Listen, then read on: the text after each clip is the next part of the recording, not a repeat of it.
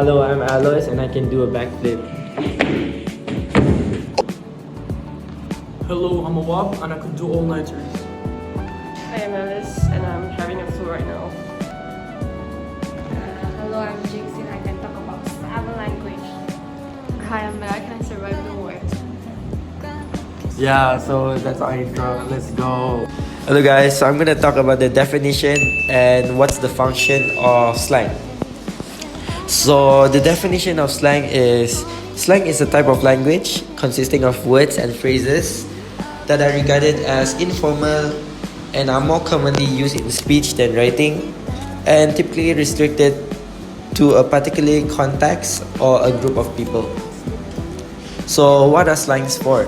Slangs are for cultural identity, social bonding, expressiveness, simplification, rebellion and youth identity, in-group language, adaptability and informality. The most relatable to me being cultural identity. Although I'm in KL right now, I do try to shift my accent and slang to what KL people are comfortable with, but I always try to embrace the Sabahan in me by trying to implement my Sabah slang into my daily conversations. So slangs in Malaysia. There's countless of slangs in Malaysia from the groups from Sabah, and still in Borneo. Sarawak tends to have a different kind of slang from Sabahan, and also the West Malaysian also has a different slang. So before coming to KL, I thought it would just be some new slang that I probably already knew, but I got very humbled after listening to some of the students that are from Kelantan, Perak, Pahang, Penang and Terengganu. The slang used by them being the hardest for me to understand as a Sabahan. So let me start proudly. Sabah. Personally, I use the phrase bah in almost everything. It's an East Malaysian culture, while Sarawakian also try to implement bah in their conversation. So what is the meaning of bah? Bah is very flexible. It can be used in any kind of scenario. So let me give you some example on how Sabahan use the phrase bah. So bah can be used to reassure or to affirm something. So we can say like, okay bah, don't worry bah, like that. And other example, when we are making a request, we can try to make it casual and polite by implementing bah. So let's say I want them to come here, so I say come here bah, try this bah.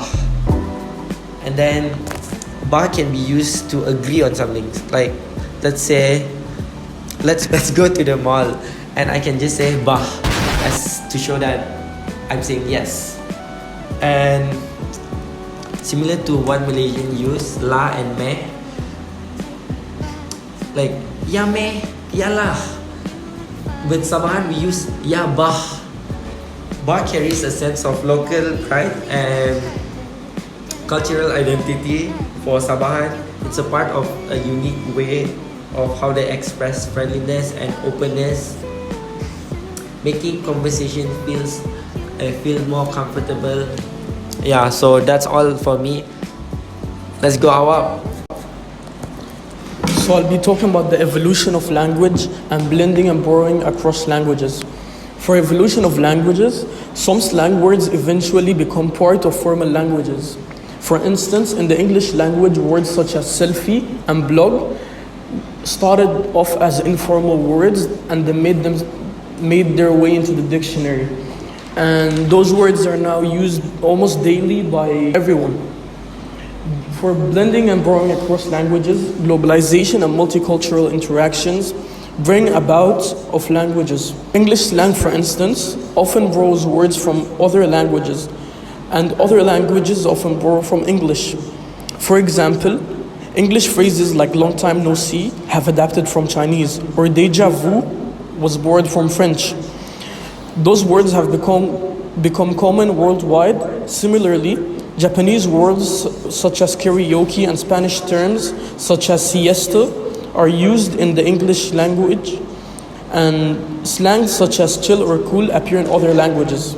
Another example is English when it uses French words such as cafe, ballet, or cliché.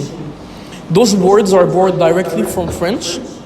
Social media, movies, and music spread these words even further, helping to shape a shared goal of language that young people can relate to. This language blending reflects a sense of identity that values diversity and celebrates fusion of different languages and cultures. That's all for me. I'm gonna pass the mic to Jensen. Yeah.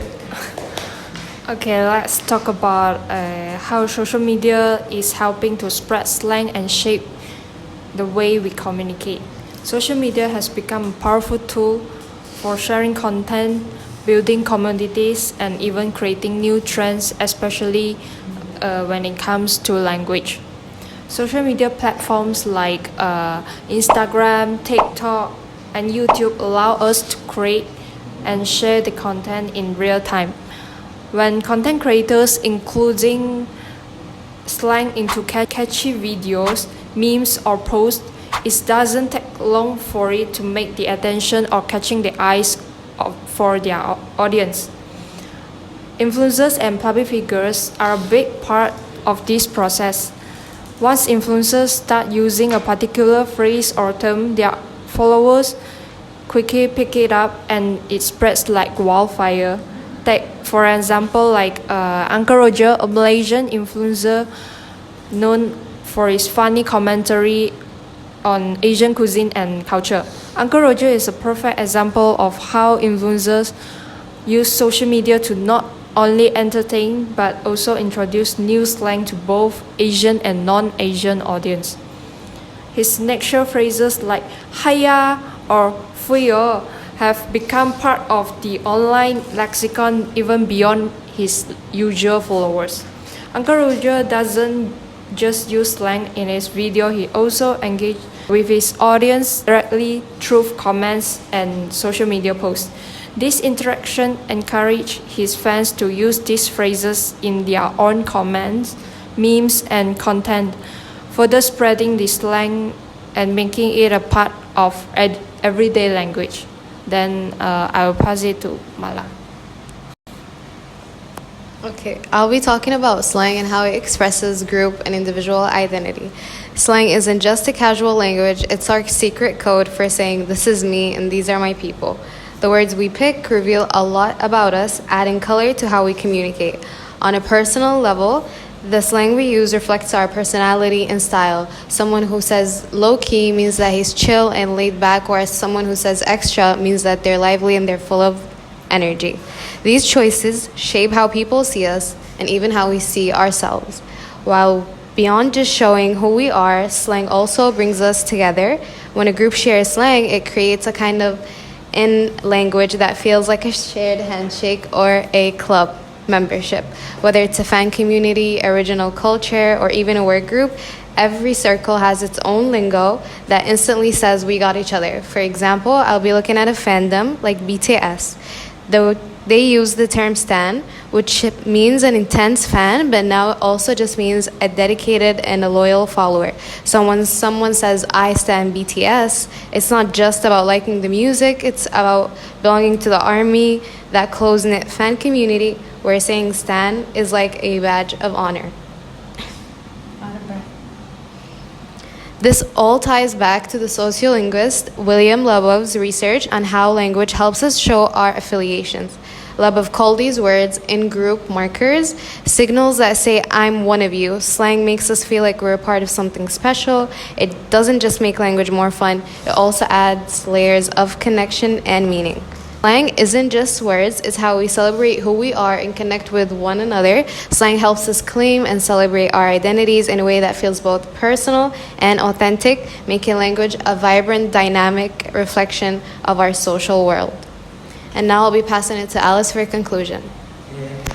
In conclusion, social media platforms like TikTok and Instagrams, they help slang to spread quickly by allowing users to create and share the contents. Influencers such as Uncle Roger, he plays a key role in popularizing new slang by using it in a post and encourage the fans or followers to adopt the slangs. So this helps to bridge the cultural gaps and introduces slang to the global audience, making it part of contemporary language and culture. Next, globalization has led to the blending of languages such as English, which adopting words from other languages and vice versa, creating a hybrid expressions popular among young people.